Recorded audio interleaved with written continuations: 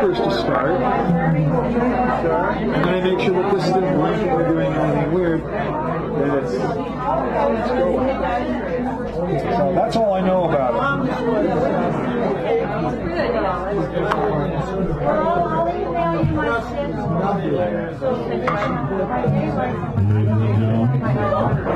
We're about to get started again. I know you're curious and meandering in your conversation.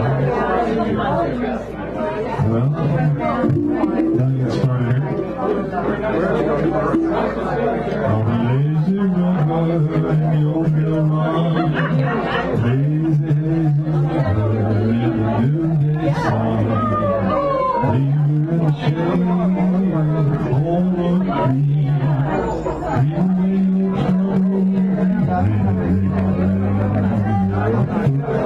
Okay, I'm singing, you people out there trying to. Thank you. What have I been drinking? I'll get back to you on that. We have a nice second set coming up for you, ladies and gentlemen. A special for the house.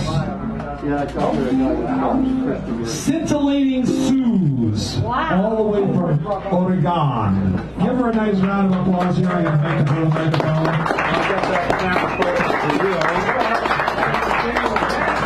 Wow, scintillating is such a good word. Scintillating! I'm Suze Doyle from Corvallis, Oregon. My sweetheart is best friends with Dan. They were high school buddies. So we're down here visiting, and it's exciting to be here. I love this community you all have here. It's wonderful. So I'm going to do an on-the-spot songwriting. So what I'd like is a suggestion from the audience of a noun, a person, place, or thing.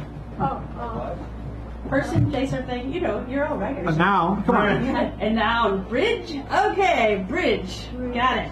Now I need an emotion. Happy. Happy? Okay, bridge, happy, and a point of view. Horizontal. He's trying to be difficult, but we like that. Okay.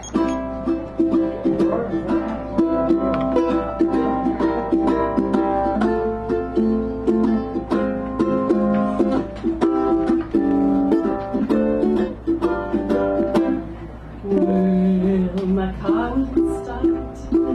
It made my heart feel so bad. So I asked some friends to push it a little ways to the bridge. You know what I mean? That big golden gate.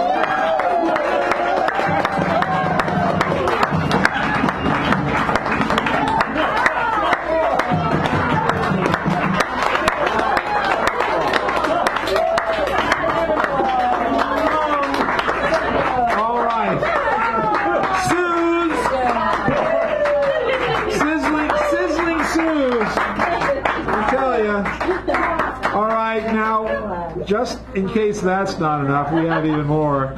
The Clyde Always show is about to get underway. Give him a round of applause. Zika's up here, even as we speak right now.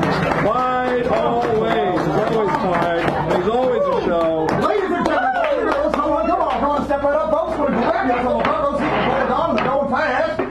You know what this is? It's time for another exciting installment of the Clyde Always Show. With me, yours, clever, always handsome, always charming host, Clyde Always. Carnival Barker. I am the Bard of the Lower Haight, and this is the tale of Sal the Ferryman. Once upon a time, the town of Oakland, California, there lived a ferryman named Sal. Sal owned a dock beneath the mighty cranes, and he ran his humble fleet like clockwork, but ridership was never ever high because all the folks would rather take the bridge or the tunnel to the city. It's more accessible, they said. It's more practical, too. So old Sal, he'd sit at the end of the dock every night and glare at the lights of the bridge, and he'd mutter to himself. But one such night, a beautiful mermaid popped her head above the surface and smiled at him. And she had emerald hair, and her teeth shined like the undersides of abalone. She said, "Hey, mister, what's the matter?" And Sal explained his plight. She then went on, "Well, Mr. Ferryman, you know, I just so happen to know of a cove not too far from here. And it's stacked to the brim with sticks of dynamite I stole from the hull of a sunken ship more than 100 years ago. But I haven't found any use for them yet.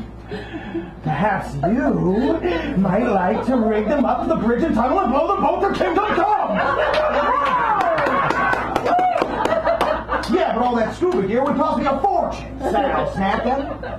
"Yeah, I got a little magic down here," said the mermaid. "I can swap my tail for your legs, and once you're done, I'll switch them back. Only catch is, I might polish your toenails while you're gone." And old Sal nodded his head. He said, "Yeah, sure, where's the cove?" And the mermaid narrowed her eyes and replied, "Just hang right at the Golden Gate. Follow the coast for 20 leagues. You'll know you're there when you hear the kelp begin to grumble. Now dive, dummy, dive!" And all at once he couldn't stand and he couldn't breathe. And slimy scales that rose like goosebumps below his waist. And he flopped into the briny bay and he pounded away with a powerful tail. Beneath some tankers and under the bridge and into the open ocean, he sliced the surf like a sea otter. And the fish frolicked in his wake. And the sharks nipped playfully at his tail. And the whales sang and the turtles croaked. And the starfish twinkled, twinkled. And at last Sal came upon a dark and dreary seaweed forest. And he heard some murmurs from within. And he followed the sound as he swam. Till at once he was surrounded by his sea lions. They looked him gruff, and they looked him grim. They were giant and hairy and toothed and scary. Then one of them growled, his whiskers a shake. He said, "How dare you enter our forest, merman, when you know your kind is not welcome here?" And before he could open his mouth to explain, they pummeled him raw and ripped him to shreds, and Sal the Ferryman was no more.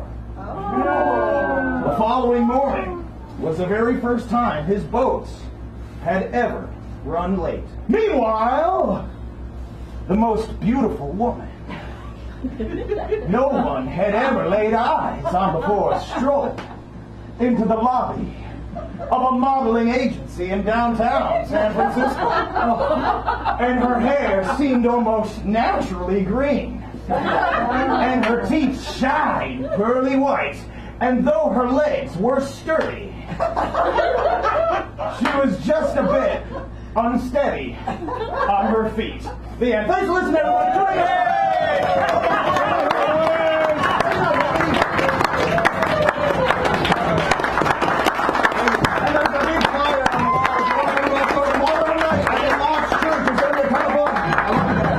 See him about that.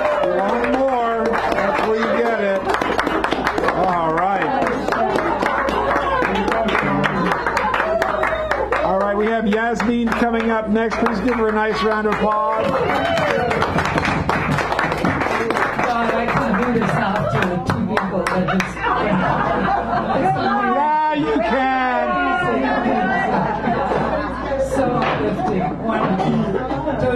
enjoyed the feature.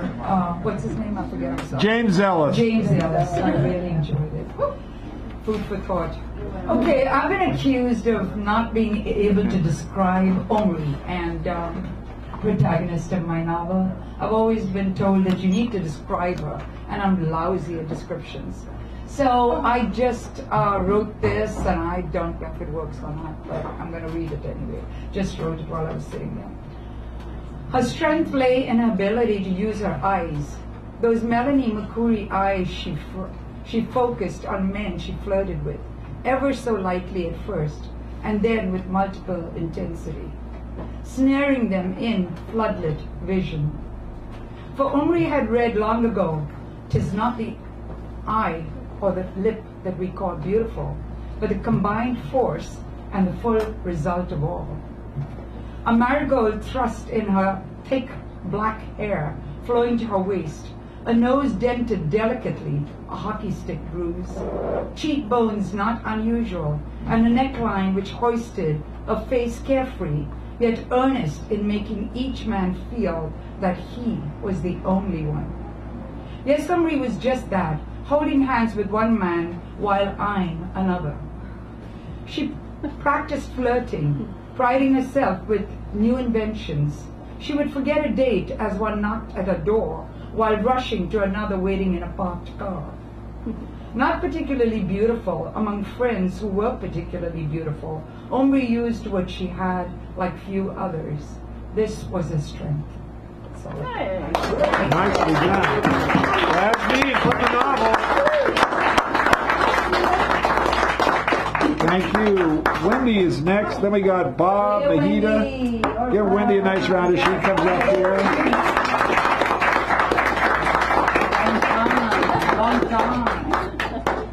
Hard to follow what's happened tonight. I was just realizing that poetry is not just what comes out of us, but what we receive, and what we feel, and what happens to us. That's all a poem.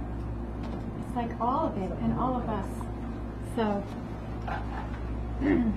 I first want to share this Mongolian saying I came across.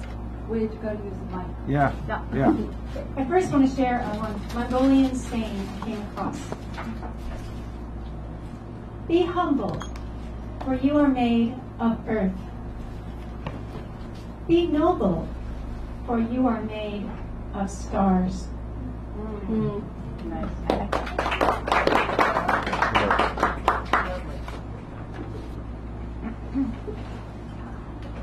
Almost the poem. Way, way down here. In here. Down. Deep. Ready. Something inside offering itself way, way where the gift is, deep down. It is singing a song, ears not yet hearing. It is blossoming forth its bloom, eyes not yet seeing. It is pressing upon my heart, hands with pen not yet touching the paper. Ah, the fresh fragrance of it is making my mouth water in here, ready for the birth of it.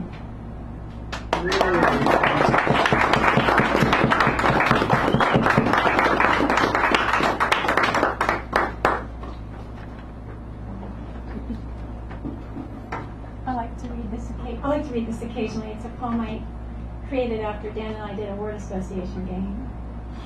And because one of the things I want to learn how to do is just how to make a zany poem.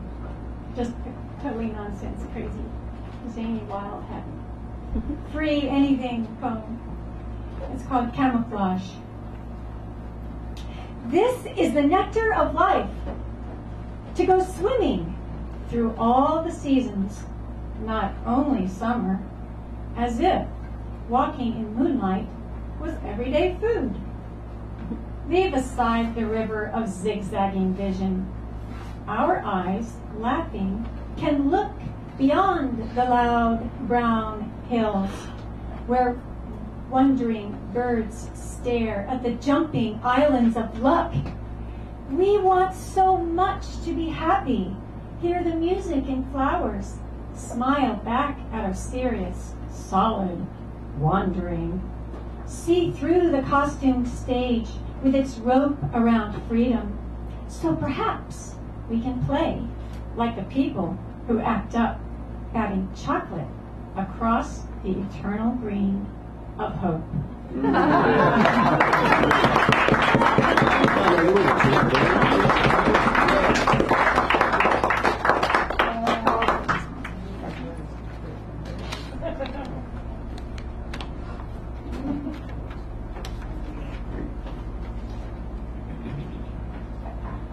Presence. I know it is here, between the words, within a sigh, moving through life's flow of living moments. Presence, a whisper, becoming, an unmistakable love. It knows it is here, even when I forget, and think it is over there, somewhere else. Whether I linger in the past or dwell on the future, it ruffles my feathers just enough to shift my attention back to the infinite now. I am learning to allow presence to be here where I am, despite paradoxes, awkward gaps, things that don't fit. How can I do other than let life's timeless unity remain a mystery? Thank you. Lindsay Walters, ladies and gentlemen.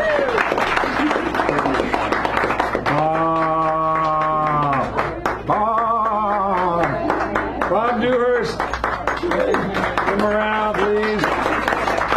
So we got Mohita, Steve, Clara, Hal, Greg Val, and others et al. at the work. Hi everybody, and thank you for coming tonight. It's very lively here. I'm working, this is all very raw and unfinished. I'm working on the Ballad of Buddy Nobody. This is my novel. This is all little just stuff. I'm digging into my childhood tonight. This is heartwarming, housewarming. When I was 5 or 6, Mommy, as I used to call her, showed me a trick.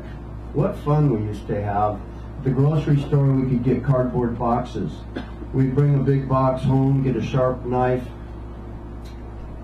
out of the kitchen drawer, cut out windows and doors in the box, making it look like an old plantation mansion or a hotel.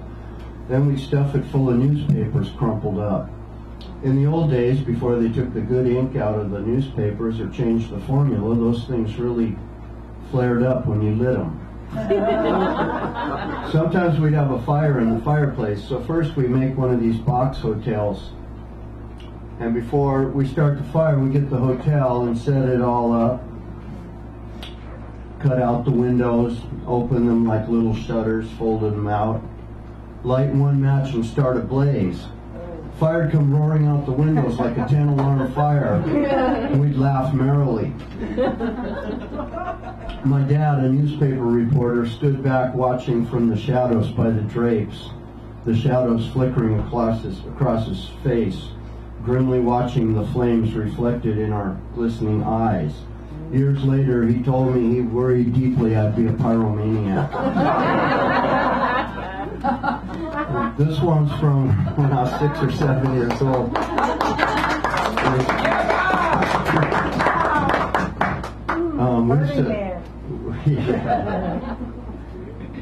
On Saturday mornings, we'd go to the 5 and 10 cent store. It had wooden floors and sold garden seeds, nails, and all kinds of household goods. The lady behind the counter once called me Pumpkin. Mainly, we loved the comic books and candy. My sister got 10 cents a week for an allowance. And I guess because I was 2 years younger, I got only 7 cents. All I could buy with 7 cents was a candy bar and 2 penny candies. So later it was decided I should get a dime, and my sister got a raise to 15 cents. With a dime, I could buy a new comic book every week. And I loved comic books. The smell of the newsprint and the ink as I opened them, and the wonderful world of animal cartoon characters. My school friends and I talked like comic books. We'd go, sigh, I wish school was out for summer. Gasp, what's she gonna do now? One comic book had an episode where the 3 little ducklings foiled some robbers in a robbery by nipping off the end of their ice cream cones and blowing really hard. So the ice cream flew out and hit the robbers in the face. The cops got it. Not long after reading this, out on the street, some kid from our school rode up on his bicycle, started taunting me. I was walking along eating an ice cream cone, so I quickly nipped off the end of the sugar cone and blew as hard as I could so I could hit him in the face with the ice cream. Instead, it just fell off the end of the cone onto the hot sidewalk and started melting. But the funny thing was, the kid was so surprised he crashed his bicycle and got home crying for mommy.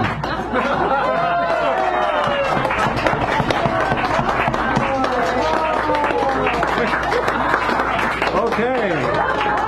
Mahida, give her a round as she comes up, please. Then we got Stephen Gray coming back, Clara, Hal, Greg, Val, Magdalena, Eddie, Garrett, and Guilty Phil. Wow, lots of laughter tonight. Oh, yeah. Okay, I'm going to read 2 poems. This poem I wrote on the way here on the BART. It's called My Idea of a Good Time. Hours and hours of not talking. Walking, thinking, breathing. I report to no one, nothing. I report to no one. This is my idea of a good time. Ditto.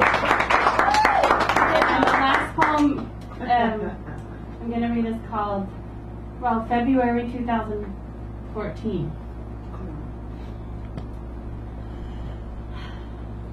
They are rolling you away on the hospital bed to cut open your skin and reach your heart. Mend your heart. I hope, I don't know. 7 hours of waiting. I am pale, and I feel sore from so many nights of half sleeping in my car. Sleeping in my car outside of the hospital. And I'm waiting 7 hours. Now it's 2 a.m. and the surgery is over.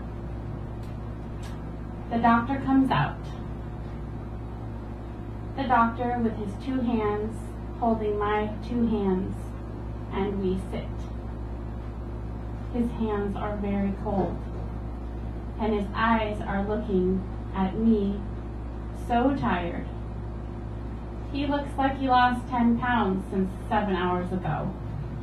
And he tells me the good news, you are alive. He asks, do I want to see you?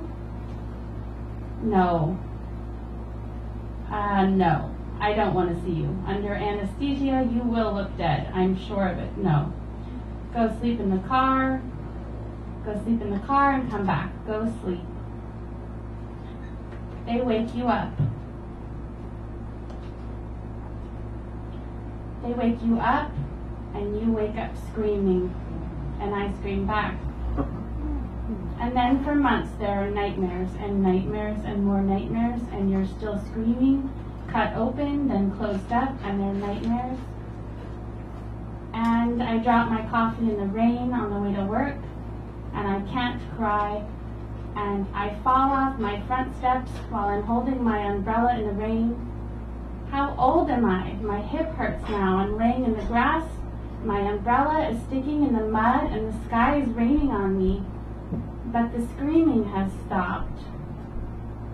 But where is the scar? Is it on you, or is it on me?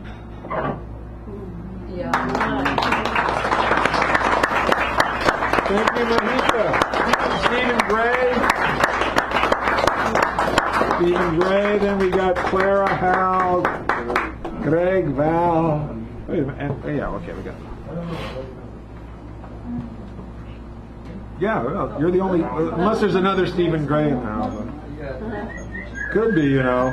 Stephen Gray. Yeah, no, Clara and Hal. This one is on the subject of that San Francisco has the highest rate of pedestrian casualties in the country. I thought that was pretty inspiring. Called Exposure in the Intersection. When they block the crosswalk as you're walking up, a good response is to expose yourself. It is disturbing the repose of those divine appointed beings on their rubber tires, and it is a means of being seen, and is necessary when you are on foot, a simian among machines.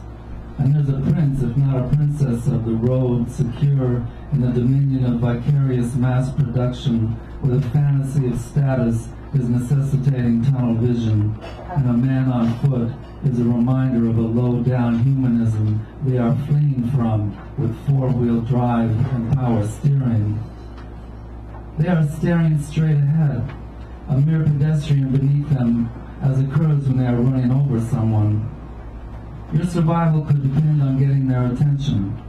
All the better if you have a night reflector on your organ of reproduction, and it glitters in a way that is attractive to the nouveau riche. Your life is in your hands when you are walking on the avenue of bitches in oblivion. I saw one backing up around a corner while she's talking on a car phone and ignoring the formality of crosswalk lines, and nearly took me off at the knees. I don't know if the sudden sight of someone who is naked is considered punishment. For some it might be a reward. Others would consider it an insult or a threat, as if a naked man could wrestle with a pickup truck. At any rate, the paramedics are removing someone's clothing when they put him on a stretcher, having been run over by a knee-jerk driver. And I'm feeling naked in these confrontations with a ton of metal. Is it impolite for someone to be mooning the oppressor? If your bottom pressing on the window, you're impressing on them that you are alive and present, and you're willing to be putting this encounter on the street behind you if you are allowed to walk away, and that's the bottom line.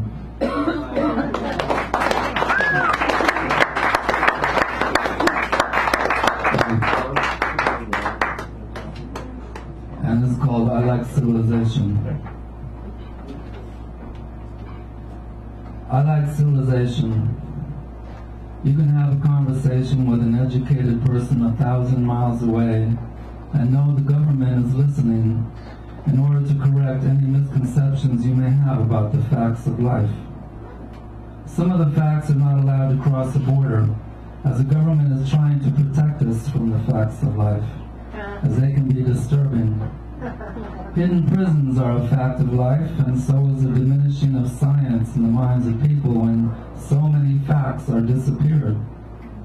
The government is so respectful of the art of conversation, it records whatever we are saying to each other for posterity. And so we're sounding natural, it doesn't tell us that we're being recorded. Otherwise, some people might get stage fright.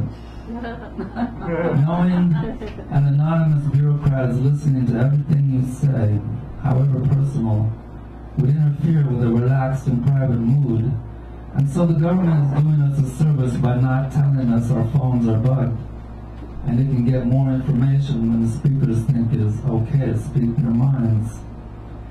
In China in the 1950s, people were encouraged to be more critical of the communist regime. The strategy was to let 100 flowers blossom, but the government was taking notes, and when so many had revealed themselves as dissidents, they were arrested, and the flowers died in prison.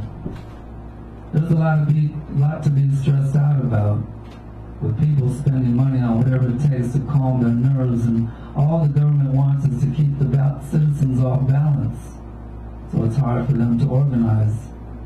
It doesn't want us taking it for granted like it is supposed to be a repository of truth and justice. which is asking too much of the government. Or maybe you believe in heaven too.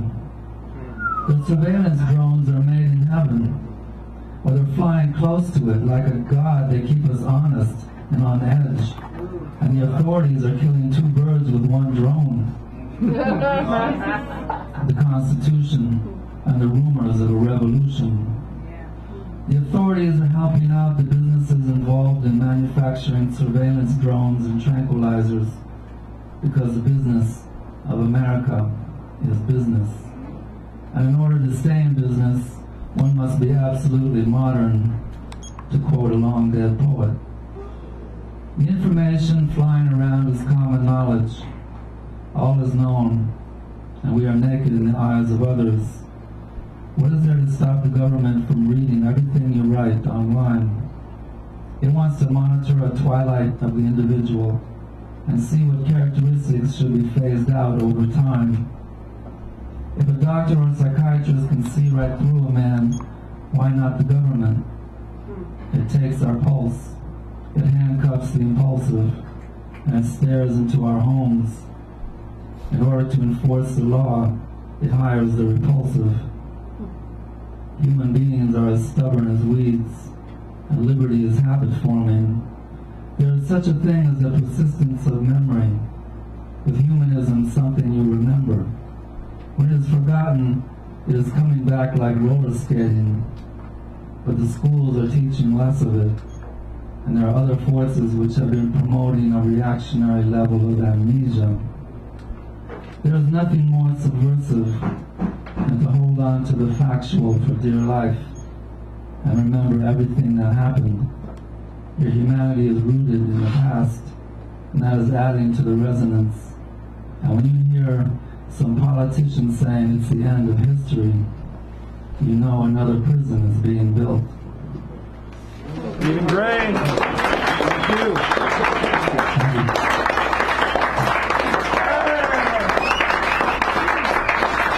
Hot Town and Ill Town tonight. Clara Sue is our next reader for the evening. We got Hal, Greg, Val, Magdalena, Eddie, Garrett, and Filthy Phil. I know, I haven't been here for a long time. So, I have the theme from a couple of weeks ago. I think it was comparing inlet and outlet. So this is inlet. You were the candy I ate with my eyes. You were the river that sang in my ears. My eyes are cold from your hardened body. My ears are dulled by your constant chatter. I want to taste your sweetness afresh. I want to hear your wondrous songs. Let me begin by being tender and call you my love and give you a smile.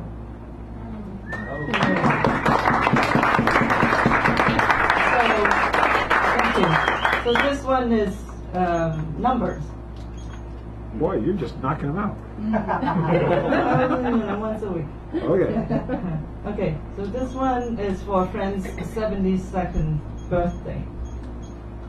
72 pivots, 72 years, 72 sorrows, 72 joys. Vigilant, 2 eyes regard 70 transformations in the sky. 70 chores at home that need 2 hands, 2 feet, and 2 sets of brain. Mystic 7, exotic sphere, tenacious nature, twice blessed. Thank you.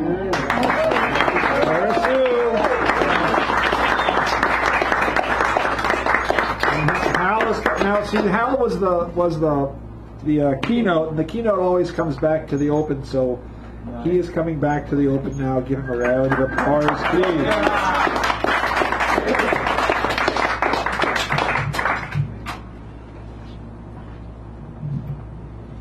Henry King by Hilaire Belloc. The chief defect of Henry King was eating little bits of string. One day he swallowed some which tied itself in ugly knots inside.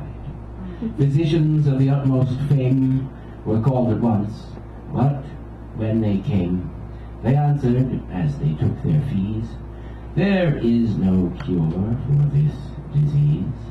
Henry will very soon be dead." His parents stood about his bed, lamenting his untimely death, when Henry, with his latest breath, cried, "Oh, my friends, be warned by me that breakfast, dinner, lunch, and tea are all the human frame requires." With that, the wretched child expired.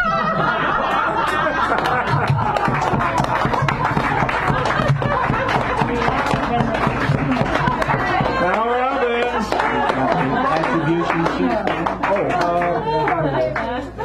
Thank you. And then, all right, the tender mercies of Mr. Greg Pond is about to befall your ears. Give him a nice round as he comes up here. So we got Val, Magdalena, Eddie Garrett, and Filthy Phil, our new person for this evening. Thank goodness for that and small. This has been a fantastic night. Incredible. Oh, what a night! In the interest of time, I think I'm just going to read one poem, but I am going to dedicate this to this gentleman over here, Dan Brady. Oh. Wait a minute, he said gentlemen.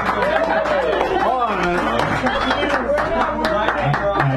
I don't know if he's read this poem in the last few weeks. It's pretty timely, I think. Okay. And I'd like to share it with you. All right. And it's written by Mr. Dan Brady. Oh. It's entitled Glory. Oh, God.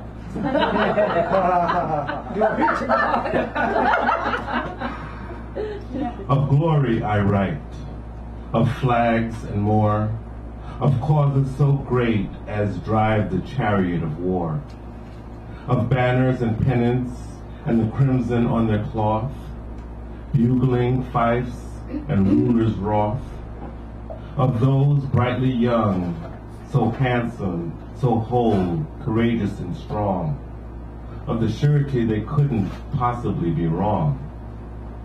Of glory I write, in flags and more, of marching and pride, of bullets and gore.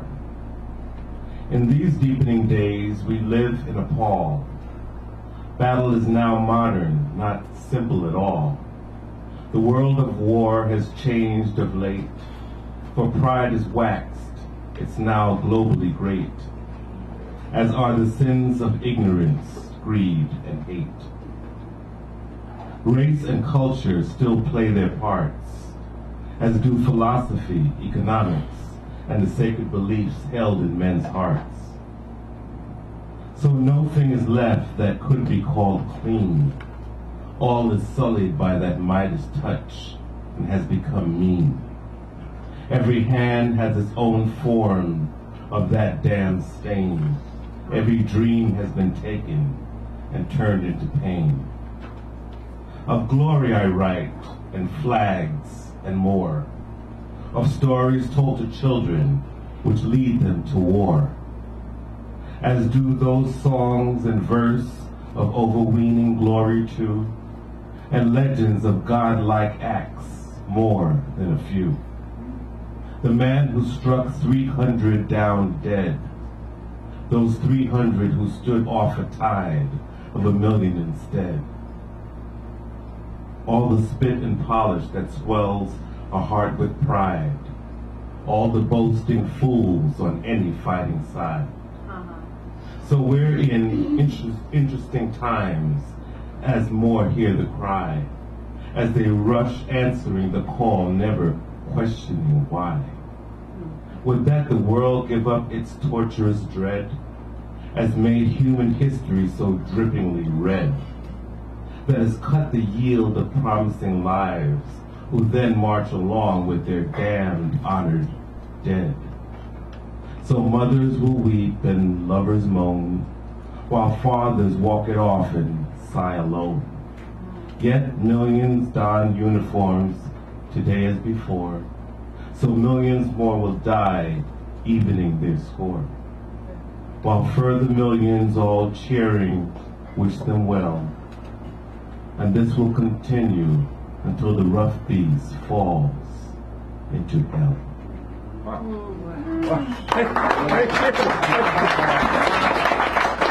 Thank you, Greg Vaughn. I'm speechless. Thank you. Global, Val, Ibarra.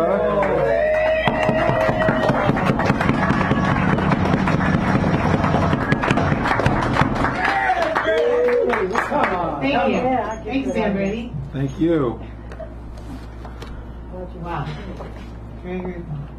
That was beautiful.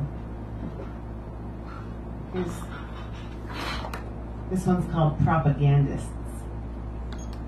They took the millennial generation, tuned it to war or to permanent vacation. PTSD, can you spell reality TV? All in the realm of dangerous entertainment, fusing the imagination with misrepresentation of humane behavior. Don't hold back. Dan said don't hold back. Here we go, though. We'll go over that hump. I see the cracks, but it's not in my wallpaper.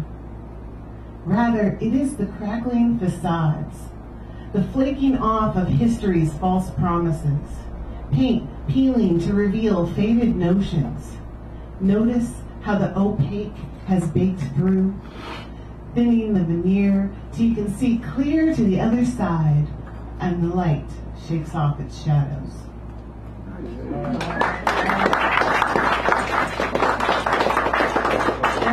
And one more I'm going to read, but I want to say, James Ellis, great performance tonight. Yeah, James Ellis.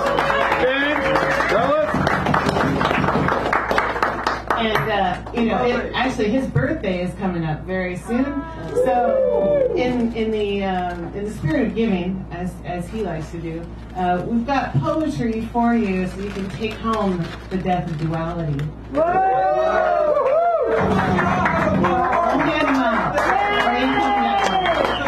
Was it going to be part of this? You want me to hand them out? Oh, good. Wait, I want one. Yeah, there's a lot. We've got. It's a James Ellis poem. It's a James Ellis poem. Okay, there we go. And he's here, so he'll sign him later on. So here's happy birthday to you. Thank you. Thank you. It's a glorious month of September. We're close. All right. It is glorious month. Oh, I thought you said DeLorean's month of September. No, but we did speak of time travel last time. Yes, we did. Okay. So here's a poem for James. He smiles while he sleeps, satisfied and sweet, responsive yet smoothly snoozing. Little snorts, to be sure. This is a soundly soft hush, such just as the morning air, far on the other side of night, where berries are crushed by the sweep and the leaves uplift, fluttering and colorful as the eyes of dreams.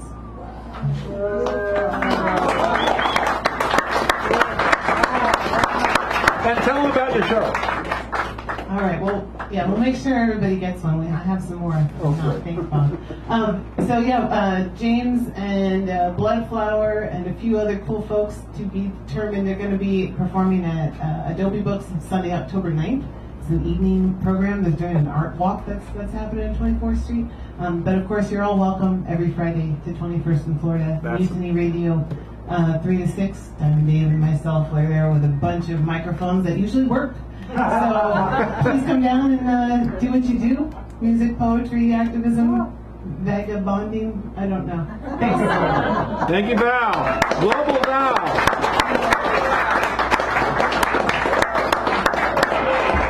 And give a nice round for Magdalena. Then we have Eddie Garrett and Filthy Phil. And then we take care of these wonderful prizes that we have designed, like I like to say, with your mind. Your mind. Oh. All right. Thank you. I want to share a poem from a guy named David Brady, who lives in Ithaca, New York, and he's a Zen monk. This is called Practice How to Lose. If you would like your final days to be lived without a struggle, and you're not sure if you'll let go or run in fear and be in trouble, practice how to lose. Just practice how to lose. It doesn't matter what you want or what you'd rather choose. Let the light beyond your mind free you from your form. Then you'll feel the smile of those who've gone beyond the storm. Practice losing lovers. Practice losing friends. Practice letting go of things that won't be there at the end. Practice losing money. Practice losing stuff. Practice how to bow your head when they call your bluff. Practice how to feel your pain with no response or answer. Practice every single day being at peace with cancer. Practice how to lose. Just practice how to lose. It doesn't matter what you want or what you'd rather choose. Let the light beyond your mind free you from your form. Then you'll know the smile of those who've gone beyond the storm. Yeah. Practice opening your heart to things you have rejected. Practice embracing all the ones who have abandoned and defected. Practice giving up your body and everything it sees. Practice when you're feeling stressed, getting on down your knees. When the angel comes to take your life and you practice how to do it, show him the one above you all who already beat him to it. Practice how to lose. Just practice how to lose. Accept what you've been given. It doesn't help to choose. Let the light beyond your mind free you from your form. Then you'll know the smile of those who've gone beyond the storm. David Radner. Thank you. Oh, get the attribute sheet for her. Here, Magdalena. Thank you. Eddie? Is Eddie still here? Eddie! Oh, shh. Okay, I think he left, but I just wanted to be sure because he was here earlier. I put him on. All right. Garrett? Oh, there he is. Give him Garrett. This guy.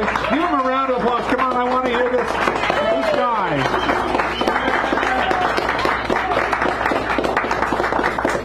And then we got Phil and Drift, and then we'll take care of these fancy prizes, etc. ad nauseum, etc. Ad nauseum.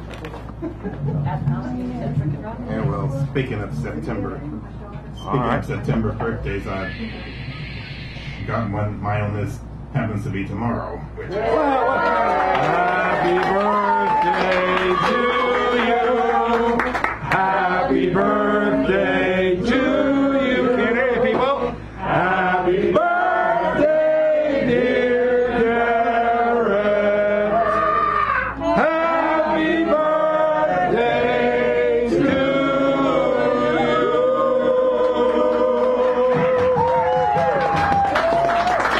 There we go. in consideration of the time, I'm just going to read one piece.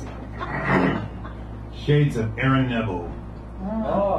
When Trump sounds all about folks not named for himself and not conforming to his razor-thin standards of pure Americana, he's simply telling it like it is. Oh, good. When Chris Christie acts like a bully of women and the poor, he is simply telling it like it is. When Rush Limbaugh spews out slurs with impunity, when Fox News flunkies, reality show stars, and law enforcement thugs cheeringly blame the victims of oppression and profiling and soul-murdering criticisms for their own ordeals, they're simply telling it like it is.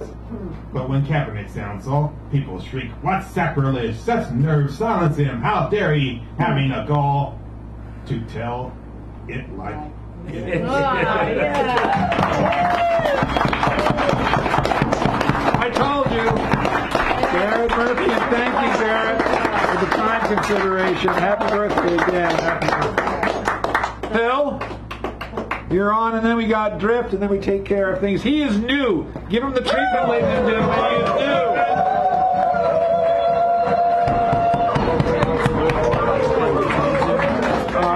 you only got the mic. Okay, that's fine. All right.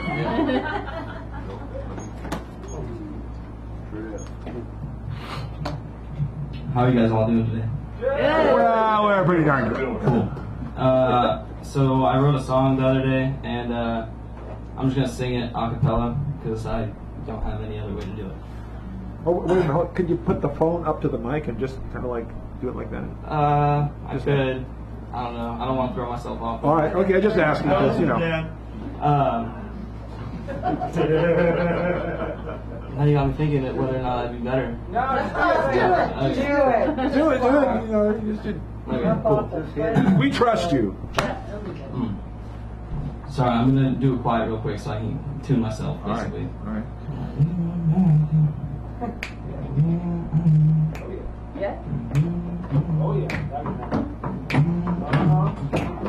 Put my eggs in one basket. Done waiting or asking. These seconds they passing. Yeah.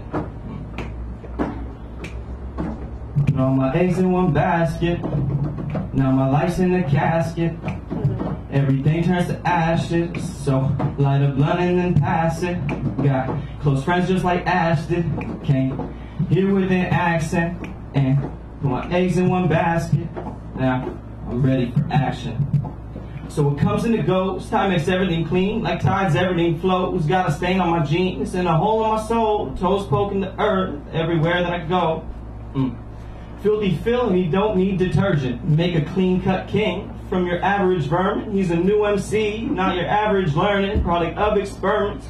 And I got my why, here to be, try to find my way in this world I see. Keep your eyes on the prize, you might need to bleed. Do you want it or not? Yes, we gon' see. Grow and prosper, who gon' foster all of this success, riches in the sex? Oh my gosh, the sex shit that make your daddy flinch and your mama cringe. Mama might be sick, but this kid Philip, he might be the illest. All I wanna do is kick it with my crew and sip a couple brews, and any track I'll kill it, beat it up and leave it leaking in the streets, and watch me move on to bigger, better things, better, bigger things. Put my eggs in one basket. Done waiting or asking. These seconds they passing. Everything turn into ashes. Put my eggs in one basket. Done waiting or asking. These seconds they passing. Everything turns to ashes. One second, I totally forgot to who asked you? Tell them who you are. Who are you? Take anyone apart, you'll find issues. It takes a lot of heart to look right through. Your disses and your prejudices, shove them in your gullet and then shut it. Teach the skill to catch and kill, don't just give out fishes. Achieve your wildest dreams, bathe in a pool of riches. I know nothing about isses, so my judgment's inexistent, and that's how it should be. But I find it funny, but they might shun me. I find it funny when I find slobber on my money, greedy, ton of gluttony. It's not funny, but I get greedy too. If it's about my education or about my muse, cause I got not much else to do. All my eggs in this casket, or all my eggs in this basket, all my brains in this head, all I got's on my casket. So I hope it works out. I hope you bump into it. I hope you play me loud. I hope you bury passion. I hope you find your passion. I hope you bury doubt. I hope they bury me with 10 bitches in the bleeds and some stout. And when I'm gone, I hope my closest friends pour a little liquor out. Till then, I'd love to hear what you think that it is that I'm about. If you see me in the street, holla holla, give me a shout. Down and out. Thank you. Rip, you belong to Clincher Closer, Super Duper Bulldozer. Because he has something for us, and that's a rare thing, so we'll take care of that. And then these fabulous prizes will be distributed to those individuals who are lucky enough to... Thank you there, Brady. Right. I'm going to tell you what happened last week, but I say sort of blood flare, and I don't know where he's here. I'm over here. Okay. All right. I told them at way back today that you were on... Well, you were in the band Confusion. I named this band Confusion. This Andreas Thomas is getting curious. So you're in the band, but you don't have to actually show up and play.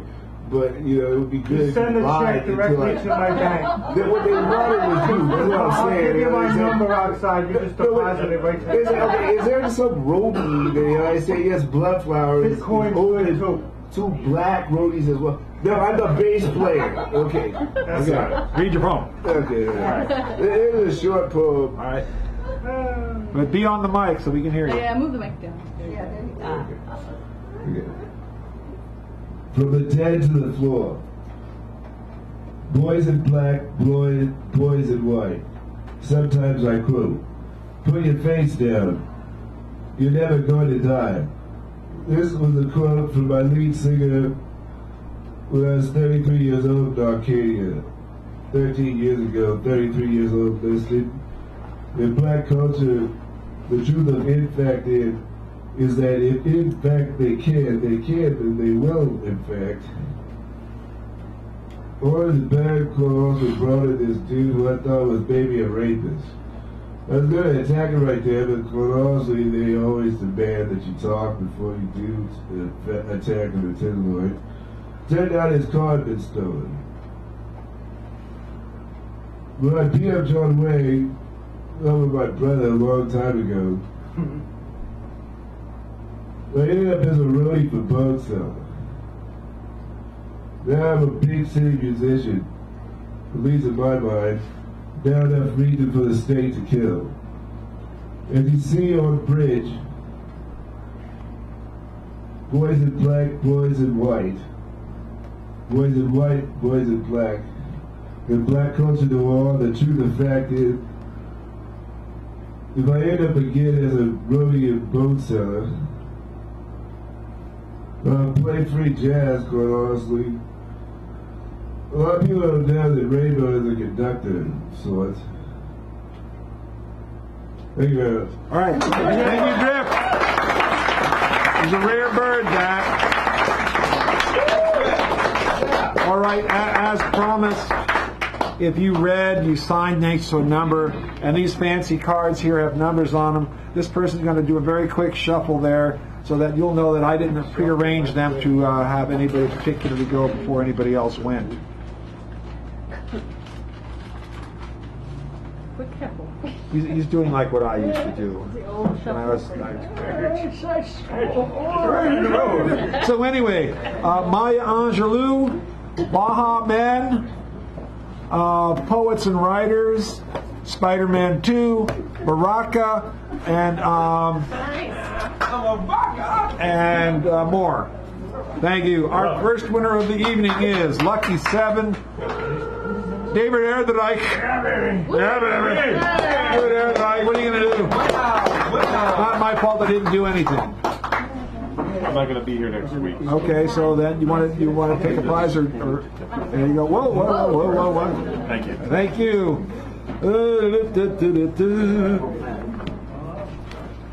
Excellent. Clyde Always, is he still here? Clyde Always.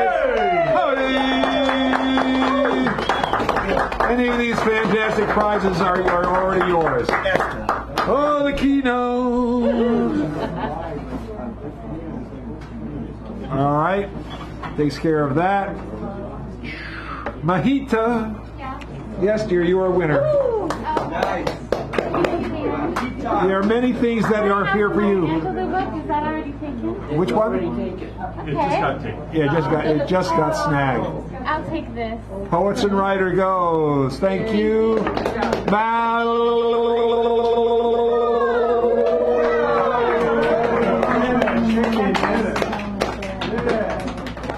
Is Phil still here, or did he disappear? Wow, there you go. Thank you, Val. Jennifer Barone. Jennifer Barone. Oh, wow.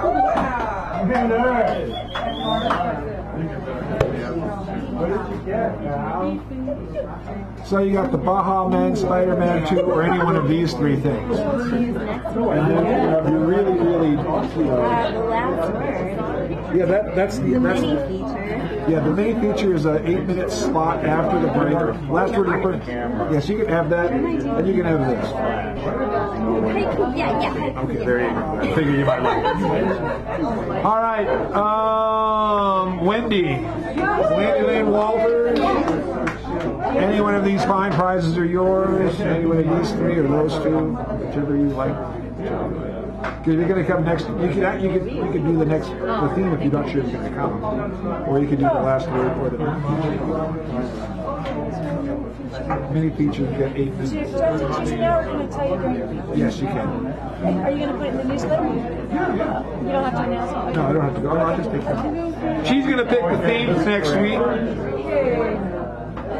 Magdalena, you have four choices before your very eyes. Spider-Man 2, Baha Men, that's music, and either one of these two things, which you might not be able to do if you're not going to be here. I don't know if I will be here, but the last word. The last word is the person who's the very last person. I'll do this one. Okay, so I'll put you on. The last word, Magdalena, thank you. All right, thank you.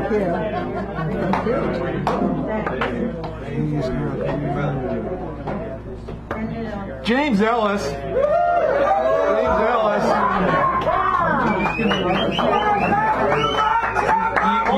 You got this, or the mini feature next week. I don't know if you come next week, you can be the mini feature, or you got Spider-Man.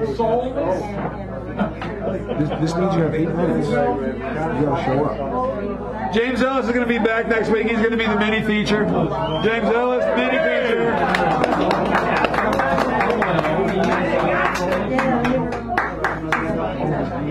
And Mr. Greg Pond, are you interested in this movie? Spider-Man 2? Yeah. Do you have it? Anybody want Spider-Man 2? First hand? Okay, yeah, there you go. There we go. Come back, same bat time, same bat station. Yeah, we have one other thing, ladies and gentlemen, I forgot. Bomb show. All right, there we go. I was here about Bob. Bob, okay, and what's the name of your book? Are you Bob? There we go.